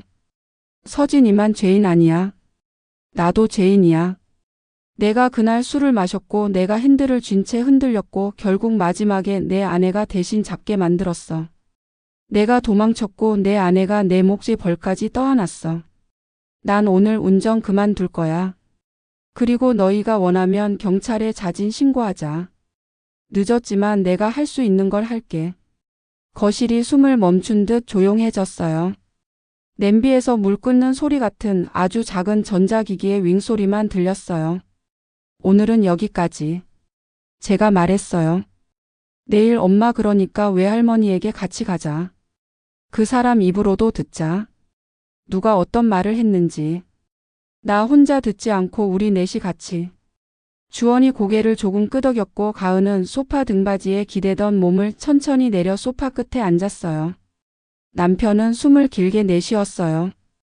저는 노트북을 닫으며 속삭였어요. 이제 숨지 않아요. 다음 날 오후 네 식구가 함께 친정으로 향했어요. 발걸음이 무거웠지만 이제는 피하지 말아야 한다는 생각뿐이었어요.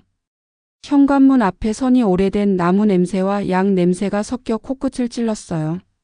문을 열자 엄마 김명자가 의자에 앉아 있었어요. 예전보다 더 마른 얼굴이었고 눈가에는 깊은 주름이 패여 있었어요. 그런데도 눈빛만은 여전히 날카로웠어요. 왔구나. 엄마가 담담하게 말했어요. 남편 도윤은 인사를 제대로 하지도 못하고 고개만 숙였고 주원과 가은은 서로를 바라보다가 조심스럽게 방 안으로 들어왔어요. 제가 먼저 입을 열었어요. 엄마 오늘은 다 듣고 싶어. 그날 왜 그런 말을 했는지. 왜 아이를 바꾸자고 했는지. 엄마는 깊게 한숨을 내쉬었어요. 그날은 내 시댁이 이미 무너져 있던 날이었어. 도윤이 형, 그러니까 주원의 친아버지는 감당할 수 없는 빚을 떠안고 있었고 아기까지 책임지지 못했지. 그래서 결국 그 아이를 우리가 맡은 거야. 주원의 얼굴이 하얗게 질렸어요. 그는 떨리는 목소리로 물었어요. 그럼 전 태어나자마자 버려진 거예요? 엄마는 고개를 저었어요. 버린 게 아니야. 살리려고 맡긴 거야. 하지만 내 엄마 서진이가 그 아이를 받아들일 준비가 안 돼 있었어. 그래서 내가 그 말까지 해버린 거지. 아이를 바꾸자. 도윤이 친아들을 너희 집 장손처럼 키우고 가은이는 그냥 묻어가면 된다고. 그 말이 방 안 공기를 찢었어요. 가은이 울음을 터뜨리며 말했어요. 그러니까 난 그냥 덤이었네요. 오빠를 지키기 위해 난 항상 뒷전이었던 거네요. 제가 다급히 손을 뻗었어요. 아니야, 가은아. 넌 내 뱃속에서 나온 내 아이야. 하지만 맞아. 내가 말한 대로 내 오빠가 더 약한 줄 알고 늘 먼저 감쌌어. 그게 널 상처 입혔지. 미안해. 가은은 눈물을 닦으며 말했어요. 엄마, 난 그냥 엄마 눈에서 한 번이라도 너도 똑같이 소중하다는 걸 보고 싶었어. 근데 그 눈빛이 없었어. 제 심장이 무너져 내렸어요. 억울했지만 사실이었어요. 주원이 갑자기 의자를 박차고 일어섰어요. 저는요? 저는 뭐예요? 아버지 빚 때문에 맡겨진 아이라고요? 그럼 제 인생은 뭐예요? 왜 아무도 나한테 말해주지 않았어요? 왜 저는 평생 거짓으로 살게 만든 거예요? 그의 목소리가 방 안을 울렸어요. 엄마 김명자가 대답했어요. 내 잘못은 없어. 다 어른들의 선택이었어. 내가 죄인인 게 아니야. 하지만 주원은 주먹을 움켜쥔 채 눈물을 뚝뚝 흘렸어요. 그럼 왜 내가 죄인처럼 살아왔어요? 내가 낯설다고 느낀 건 왜였는데요? 결국 다 엄마, 아빠, 외할머니 어른들 때문이잖아요. 저는 무릎을 꿇고 주원의 손을 붙잡았어요. 주원아, 미안해. 내가 진실을 알았을 때 나를 원망해도 돼. 하지만 그래도 넌 내 아들이야. 피가 아니어도 넌 내 아들이야. 주원은 손을 뿌리치며 방 밖으로 뛰쳐나갔어요. 가은도 뒤따라 나갔어요. 현관문이 쾅 닫히는 소리가 또다시 제 심장을 찢었어요. 엄마가 낮게 중얼거렸어요. 결국 이렇게 됐네. 내가 말한 그 한마디가 내 인생을 다 바꿔놨구나. 저는 눈물이 고인 얼굴로 소리쳤어요. 엄마, 왜 그때 그런 말을 했어? 내가 평생 죄책감에 짓눌려 살게 만들었잖아. 난 아이들을 지키려 했을 뿐인데 결국 다 무너졌어. 엄마는 고개를 숙였어요. 미안하다, 서진아. 그때 난 너무 현실만 봤어. 아이들 인생을 장부처럼 계산해 버렸어. 내 마음을 보지 못했어. 저는 바닥에 무릎을 꿇은 채 펑펑 울었어요. 억울함과 분노, 슬픔이 다 뒤엉켜 있었어요. 주원과 가은이 현관문을 쾅 닫고 나간 뒤 집은 다시 고요해졌어요. 그 고요 속에서 저는 손끝이 떨려 아무것도 잡을 수 없었어요. 억울했어요. 내가 잘못한 것도 있지만 나 혼자만 죄인이 된 것 같아 분노가 치밀었어요. 그런데 마음속 깊은 곳에서는 서서히 다른 감정이 자라나고 있었어요. 맞아, 내가 침묵했어. 내가 지키려 했던 게 결국 아이들을 더 상처 입혔어. 그 깨달음이 저를 무겁게 눌렀어요. 주원은 고시원 방 안에서 벽을 주먹으로 내리쳤어요. 손등이 붉게 부어올라 있었지만 아픔보다 마음이 더 아팠어요. 난 도대체 누구지? 삼촌 아들이라니 그럼 난 평생 가짜였던 거야? 책상 위엔 가족관계 등록부와 사고기록 사본이 널려 있었어요. 글자가 눈에 들어오지 않고 전부 번져 보였어요. 주원은 눈을 감고 속삭였어요. 엄마라고 부른 사람은 날 속였고 아빠라고 부른 사람은 날 버렸고 그럼 난 대체 누구야? 가은은 친구 집에서 불 꺼진 방 안에 앉아 있었어요. 손에 오래된 가족 사진을 들고 있었어요. 어릴 적 가족 여행에서 찍은 사진 속에서 엄마는 주원의 어깨에만 팔을 두르고 있었어요. 가은은 사진을 보며 중얼거렸어요. 난 엄마 눈에서 단 한 번도 주원 오빠만큼 빛난 적이 없었어. 그래서 늘 내가 덤 같았지. 근데 진실은 엄마가 오빠를 지키려고 나를 밀어냈던 거였네. 눈물이 뺨을 타고 흘렀어요. 근데 엄마, 나도 지켜줬어야 했잖아. 왜 나한텐 한 번도 너도 소중하다고 말해주지 않았어? 집 거실에 남편 강도윤이 앉아 있었어요. 손에 담배를 들고 불을 붙였다 껐다 반복했어요. 저는 그를 노려보다가 결국 폭발했어요. 당신은 좋겠다. 말 한마디 안 하고 술로 잊어버리면 끝이니까. 나는 매일 아이들 눈을 보며 거짓말해야 했어. 그게 어떤 건지 알아? 도윤은 고개를 떨군 채 낮게 말했어요. 이제는 나도 도망치고 싶지 않아. 내가 운전대를 놓쳤고 내가 대신 잡았고 그래서 이 꼴이 된 거야. 내 잘못이야. 서진아, 내일은 내가 애들 앞에서 말할게.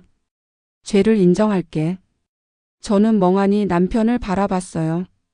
그 말이 너무 늦게 나왔지만 처음으로 그가 도망치지 않으려는 눈빛을 하고 있었어요. 저는 두 손으로 얼굴을 감싸며 중얼거렸어요. 이제라도 말하면 애들이 우리를 용서할까? 아니, 용서하지 않겠지. 그래도 끝까지 숨기고 가는 것보단 낫겠지. 도윤이 제 손을 붙잡았어요. 서진아, 이제 우리 둘이 같이 지자. 내가 혼자 죄 뒤집어쓰게 두지 않을게. 그의 손이 오랜만에 따뜻하게 느껴졌어요. 저는 눈물이 뚝뚝 흘러내리며 고개를 끄덕였어요. 주원은 며칠 만에 집으로 돌아왔어요. 현관을 열고 들어오는 발소리만으로도 그의 마음이 여전히 무겁다는 걸 알 수 있었어요. 가은도 뒤따라 들어왔는데 얼굴은 부은 채였지만 그 눈빛은 결심이 서 있는 듯 했어요. 아이들이 나란히 소파에 앉았을 때 나는 손끝이 떨려 컵을 제대로 잡을 수조차 없었어요. 남편 도윤이 먼저 말을 꺼냈어요. 얘들아, 이제 내가 말할 차례다. 내 엄마가 아닌 내가 운전대를 잡고 있었고 내가 술에 취해 차를 제대로 못 몰았다. 그래서 내 엄마가 대신 핸들을 붙잡았던 거다. 내 엄마가 죄인이 아니라 내가 죄인이다. 순간 방 안 공기가 무겁게 내려앉았어요. 주원이 이를 악물며 물었어요.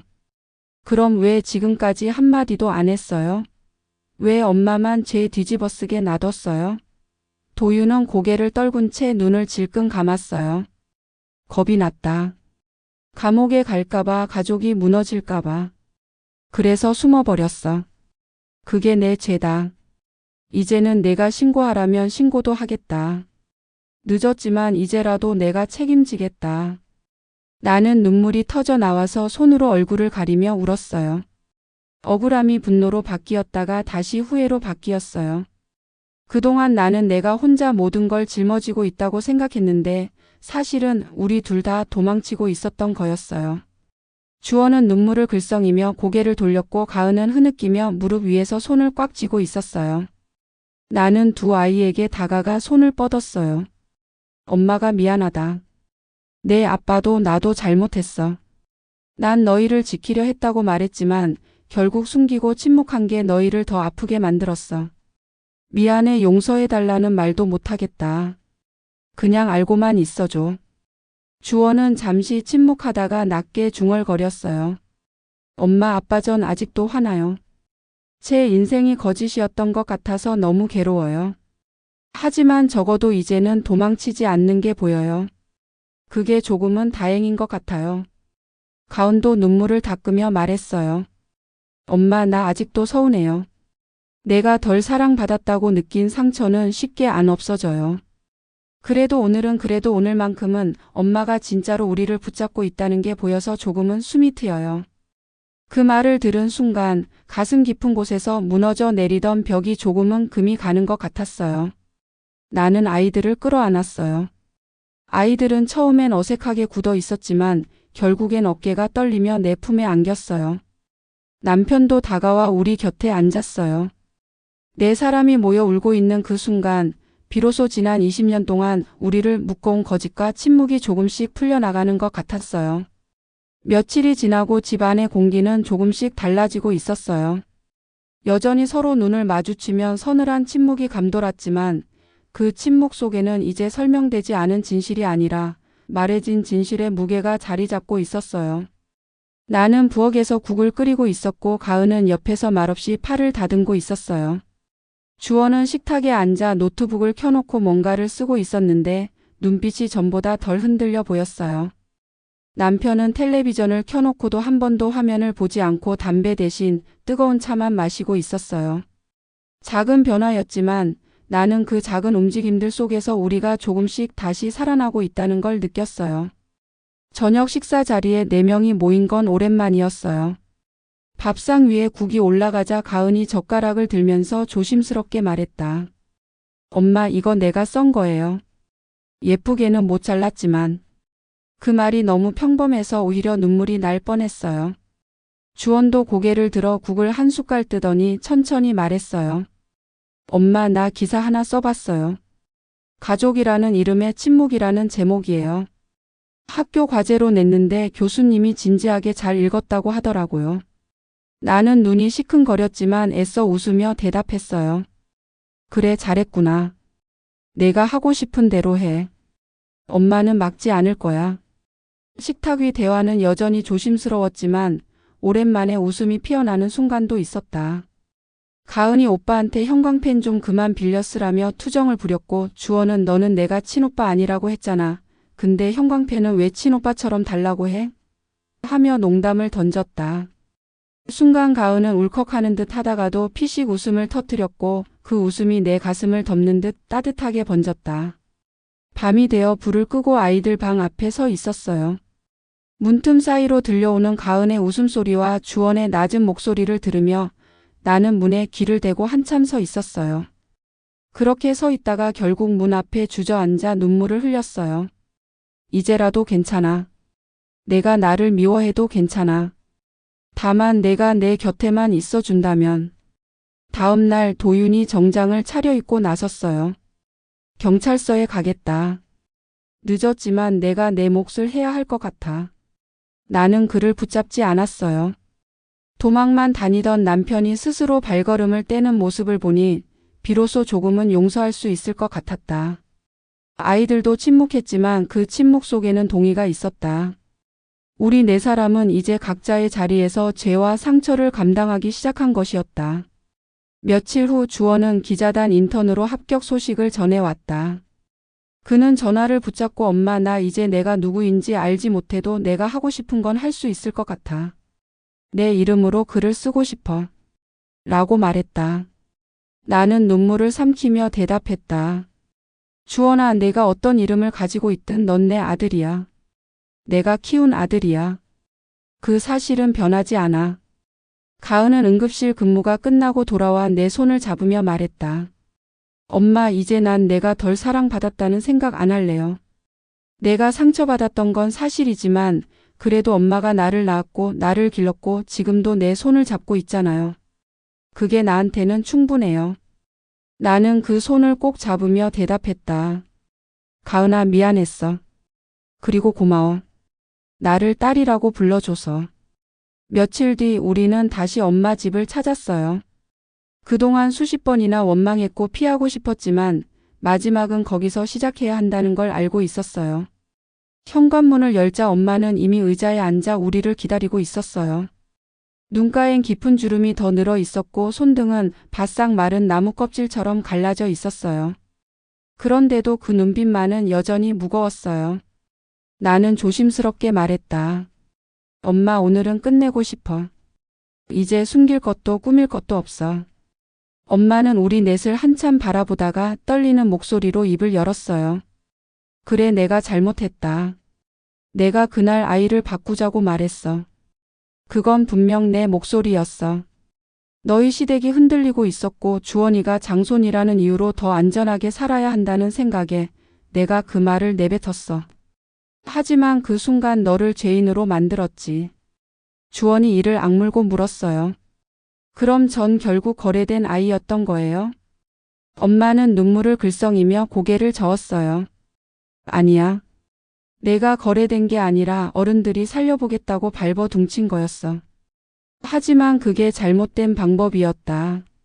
너를 사랑하지 않은 게 아니야. 그때 우리는 사랑보다 두려움이 컸어. 가은이 울먹이며 말했다. 저는요? 왜 전 늘 뒷전이어야 했어요? 엄마는 고개를 끄덕이며 내 손을 잡았다. 그건 내 딸 서진이가 지은 죄야. 하지만 동시에 내 죄이기도 해.